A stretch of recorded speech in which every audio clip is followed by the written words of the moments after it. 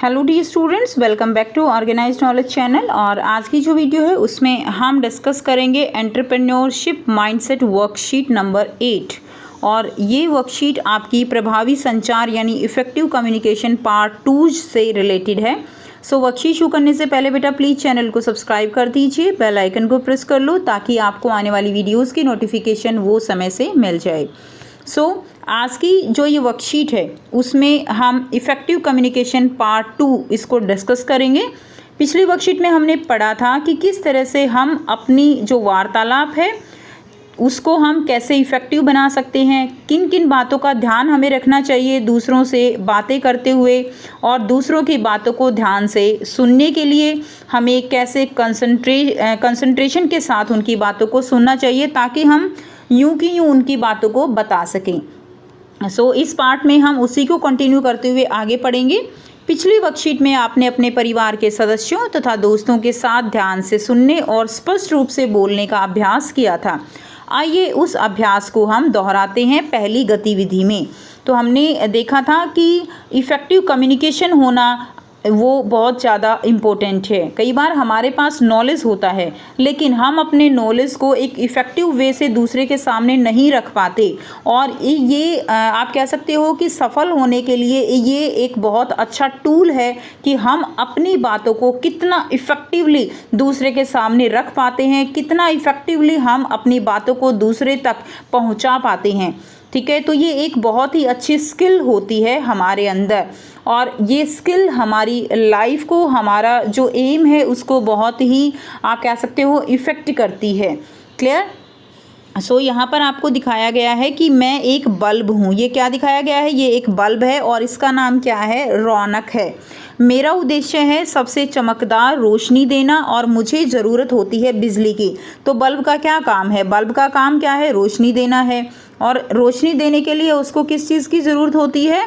उसको ज़रूरत होती है बिजली की। ठीक है, अब आपको यहाँ पर इसी तरह से आगे आपको और भी गतिविधि दी गई हैं और उनको आपको सॉल्व करते जाना है। आपके लिए बहुत ही आसान रहे इस वर्कशीट को कॉपी में लिखना, उसके लिए मैंने आपको यहाँ पर जो है प्रश्न 1, प्रश्न 2 इस तरह से प्रश्न नंबर डाल दिए हैं, और आंसर में भी इसी तरह से हम जो है फिर प्रश्न 1 का आंसर, प्रश्न 2 का आंसर इस तरह से करेंगे ताकि आपको इजी हो जाए लिखना, क्योंकि इसमें बहुत सारे जो है ऐसे क्वेश्चन दिए गए हैं। तो पहला जो प्रश्न है वो क्या है? ऊपर लिखी पंक्तियां पढ़कर आपको रौनक के बारे में क्या पता चला? तो आपको क्या पता चला जब आपने ऊपर लिखी पंक्तियां पढ़ी? तो आप यही लिख सकते हैं ना कि मैं बल्ब हूँ, मेरा नाम रौनक है, हमें यही तो पता चला। तो आइए बेटा करते हैं इसका आंसर। यहाँ से आप इसका आंसर लिखेंगे। ऊपर लिखी गई पंक्तियों से पता चला कि रौनक एक बल्ब है और उसका उद्देश्य रोशनी देना है तथा उसे रोशनी देने के लिए बिजली की ज़रूरत पड़ती है।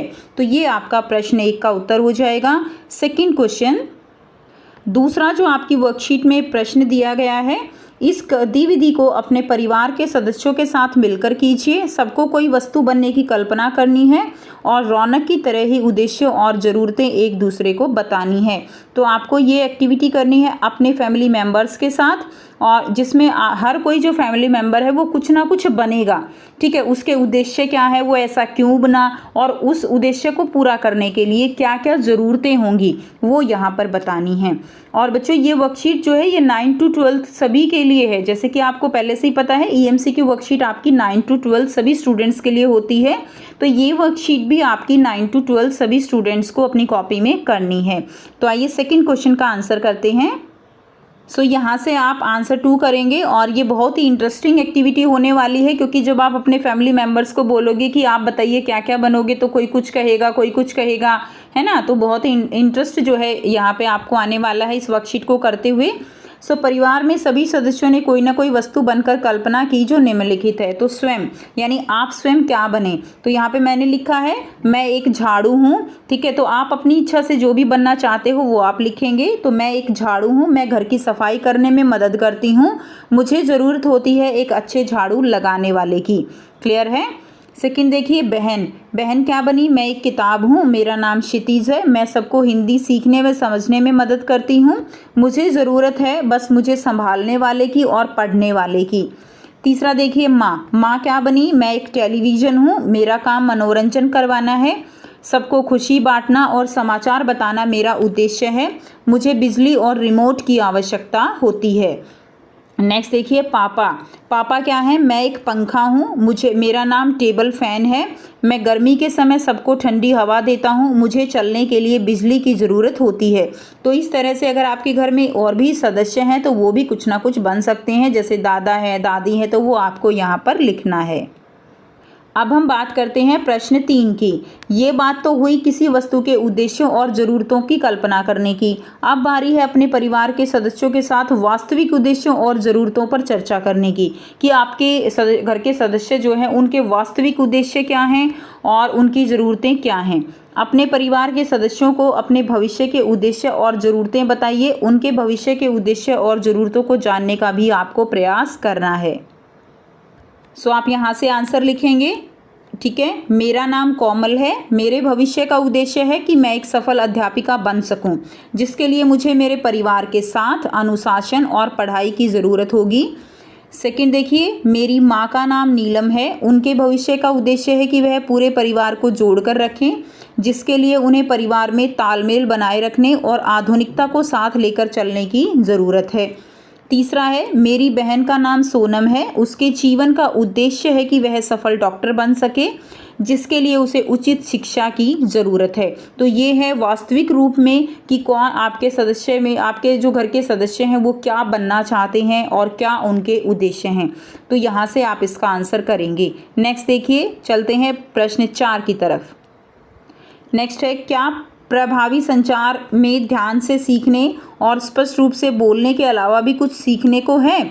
ज़रूर है, और वही हम इस वर्कशीट में सीखेंगे। यानी प्रभावी संचार में हमने अभी तक यही सीखा ना कि ध्यान से हम कैसे जो है सीख सकते हैं, कैसे स्पष्ट रूप से बोल सकते हैं। तो क्या इसके अलावा भी हमें इस वर्कशीट में कुछ और सीखने को मिलेगा? तो बिल्कुल मिलेगा। ठीक है, सो आइए देखते हैं आगे हम क्या सीखने वाले हैं। इस चित्र को ध्यान से देखिए। अब आपको यहाँ पे कुछ चित्र दिखाए गए हैं। पहले में देखिए, यहाँ पे अन्य लोगों को प्रभावित करने का प्रयास किया जा रहा है भाषण के द्वारा। यहाँ पर एक पोस्टर जो है बनाया गया है कोविड-19 से रिलेटेड। ठीक है, और यहाँ पे चॉकलेट का ऐड दिखाया गया है कि चॉकलेट जो है वो ये स्ट्रॉबेरी चॉकलेट है, ये जो है मैंगो चॉकलेट है। तो ऐड दिखाए गए हैं। अब इनका यहाँ पर क्या महत्व है? ऊपर दिए गए चित्रों में अपनी बात से अन्य लोगों को प्रभावित करने का प्रयास किया जा रहा है। इसके लिए पहले चित्र में अपने विचारों को कई लोगों के सामने प्रस्तुत करके, दूसरे में पोस्टर के माध्यम से और तीसरे में अखबार के विज्ञापन के जरिए प्रभावित करने का प्रयास दिख रहा है। तो हम जो है अपनी बातों के माध्यम से या और भी हमारे पास तरीके होते हैं जिसके माध्यम से हम दूसरों को प्रभावित करने का तरीका जो है वो खोज सकते हैं। तो यहाँ पर भी कुछ इसी तरह के प्रयास जो है वो किए जा रहे हैं। बोलने के साथ चित्रों द्वारा अपनी बात कह पाना और चित्रों में दिया गया संदेश समझ पाना 21वीं सदी में उपयोगी एक महत्वपूर्ण क्षमता है। आइए हम भी अपनी बात से और लोगों को प्रभावित करने की एक मज़ेदार गतिविधि करते हैं। तो हम यहाँ पर एक बहुत ही इंटरेस्टिंग गतिविधि करने वाले हैं और कुछ नया यहाँ पर सीखने वाले हैं। सो इसको हमने प्रश्न 4 का नाम दिया है इस गतिविधि को। कुछ विज्ञापनों के बारे में सोचिए जो आपको अच्छे लगते हैं। तो आपको कुछ ऐसे विज्ञापन सोचने हैं। विज्ञापन क्या होते हैं? ऐड होती हैं जो आपको दिखाई देती हैं, कभी चॉकलेट से रिलेटेड, कभी कपड़ों से रिलेटेड, है ना। आपको जो है अलग अलग चीज़ों से, कोई अच्छा पेन है उससे रिलेटेड ऐड दिखती हैं आपको। जब आप टीवी देखते हो, आप न्यूज़ सुनते हो, तो उन सब में ऐड आती है ना। तो आपको कुछ ऐसे ही एड्स के बारे में सोचना है जो आपको अच्छे लगते हैं। ये टीवी रेडियो पर आने वाले विज्ञापन भी हो सकते हैं और अखबार में छपने वाले भी। तो आप जो सोचोगे आपको वो लिखना है। उदाहरण के लिए मैं आपको यहाँ पर आंसर बता रही हूँ। सो यहाँ से आप करेंगे प्रश्न 4 का उत्तर। जो विज्ञापन मुझे सर्वाधिक पसंद आते हैं वो या तो खाने पीने की वस्तुओं के होते हैं या वस्त्रों के, जैसे चॉकलेट, बिस्टिक, मंत्रा के जो ऐड होते हैं। जिसको कपड़ों का शौक, जो कपड़े जो है जिनको कपड़ों का शौक होगा वो उनको कपड़ों की एड्स अच्छी लगेंगी। खाने पीने का शौक होगा उसको खाने पीने की वस्तुओं की एड्स अच्छी लगेंगी, है ना। नेक्स्ट देखिए, प्रश्न 5 है, अपने परिवार के सदस्यों के साथ मिलकर चर्चा कीजिए कि किन बातों के कारण कुछ विज्ञापन अन्य विज्ञापनों से ज़्यादा पसंद किए जाते हैं। तो आपको अपने परिवार के साथ डिस्कस करना है कि कुछ जो एड्स होते हैं वो अन्य से ज़्यादा पसंद किए जाते हैं, तो क्यों। सो यहाँ से आंसर लिखेंगे। ठीक है, आंसर 5, कुछ विज्ञापन अन्य विज्ञापनों से अधिक पसंद आते हैं क्योंकि उनमें रोचक कहानियाँ, प्रभावशाली चित्र और आकर्षित करने वाले होते हैं।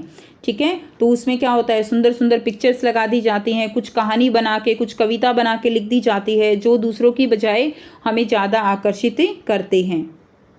नेक्स्ट है प्रश्न 6 है, अपने परिवार के सदस्यों के साथ मिलकर किसी महत्वपूर्ण मुद्दे या वस्तु के लिए एक विज्ञापन बनाइए। लिखकर, चित्र बनाकर, वीडियो बनाकर, कैसे भी आप ये विज्ञापन बना सकते हो। ठीक है, जैसे नमक के बारे में है, नमक जैसे आपने देखा है ना ऐड, नमक खाएं, जो है थोड़ा खाएं लेकिन अच्छा खाएं। इस तरह से ऑडियो बनाकर, वीडियो बनाकर, चित्र बनाकर, पोस्टर बनाकर, कैसे भी आप ऐड जो है आपको एक विज्ञापन बनाना है। उदाहरण के लिए मैं आपको यहाँ पर एक ऐड दिखा देती हूँ।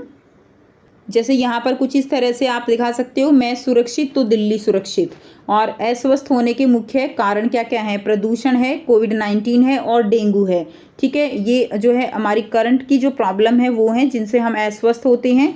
तो इसमें हमें क्या करना चाहिए, फल और सब्जियां धोकर खाएं, बार बार हाथ धोएं, मुंह पर मास्क लगाएं, सैनिटाइजर का इस्तेमाल करें। और क्या न करें, बाहर का खाना न खाएं, आँख, नाक और मुंह न छुएं, सार्वजनिक स्थानों पर न घूमें। तो इस तरह से आप एक ऐड जो है आप बना सकते हो।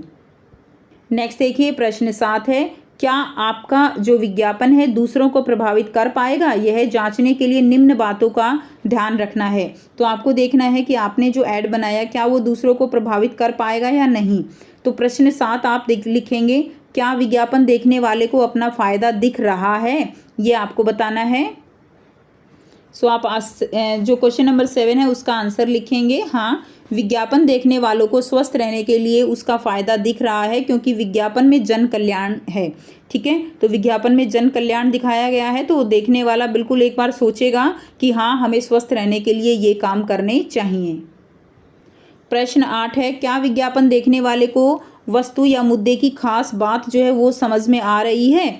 तो विज्ञापन देखने वाले को क्या जो मुद्दा है उसके बारे में बात जो बताना चाह रहे हो आप, क्या उस तक वो मैसेज पहुंच रहा है। सो आंसर 8 आप लिखेंगे, हाँ विज्ञापन देखने वाले को पता चल रहा है कि विज्ञापन जन कल्याण और अच्छे स्वास्थ्य के लिए है जिसमें सबकी भलाई ही होगी। नेक्स्ट देखिए प्रश्न 9 है, विज्ञापन देखने के बाद क्या विज्ञापन देखने वाले को कुछ करने की प्रेरणा मिल रही है। क्या वह अपनी कोई आदत या नज़रिया बदलने के लिए तैयार होगा। तो ये हमें बताना है कि विज्ञापन जो ऐड देखने के बाद क्या हमें कुछ, कई बार होता है ना कि विज्ञापन देखने के बाद हमारे माइंड में स्ट्राइक करता है कि ओहो हमें भी ये करना चाहिए। तो वो हमारी आदत, हमारा नज़रिया बदलने के लिए ज़रूर जो है विज्ञापन हमारे लिए जो है बहुत ही हेल्पफुल होते हैं। ठीक है, तो आपको भी यही बताना है कि क्या कुछ आपके विज्ञापन, आपने जो विज्ञापन बनाया है उसमें क्या कोई प्रेरणा आपको मिल रही है। सो आंसर 9 लिखेंगे, प्रभावशाली रंगों से बने इस विज्ञापन को देखने के बाद लोगों को प्रेरणा मिल रही है कि वे अपने और अपने परिवार के स्वास्थ्य का ख्याल रखें और बीमारियों से बचने के लिए कुछ कदम उठाएं। तो यहाँ पर आप प्रश्न 9 का आंसर इस तरह से लिखेंगे।